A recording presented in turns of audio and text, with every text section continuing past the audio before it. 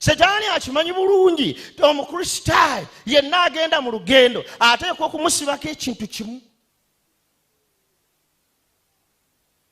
Nalaba ku nzirugaze oba muzimanyi zigenda nezijja ne zikwata ku muti, si bwe kiri? Enzirugaze si gwe muti. Oluusi omuti guba gwa mutuba, oluusi omuti guba gwaki? Enzirugaze oba ovakkedo. Enzirugaze ejja ne yeekwata kuli. Kyava kiyisa ekibi ekyegatta naffe. It is just an attachment.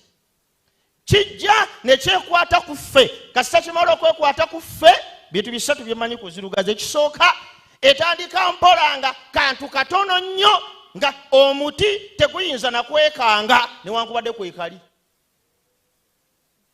Naye omuti gwennyini ogutasobola kwekanga ne gutandika okuliisa enzirugaze. Negejja netuuka ekiseera negunywa ne gukala. There is that sin that hold on to us. Setaani atugamba mudduke mugende. Olugendo mulutandike. Munnemesezza okubaziyiza okulutambula. Ne bwe mba mutandise okulutambula sigenda kubaleka mwekka, ngenda kubaako ne kye mbalippako. So oli mugendo lw'obukristaayo otambula naye yakulippako pa obukaba and it's finished.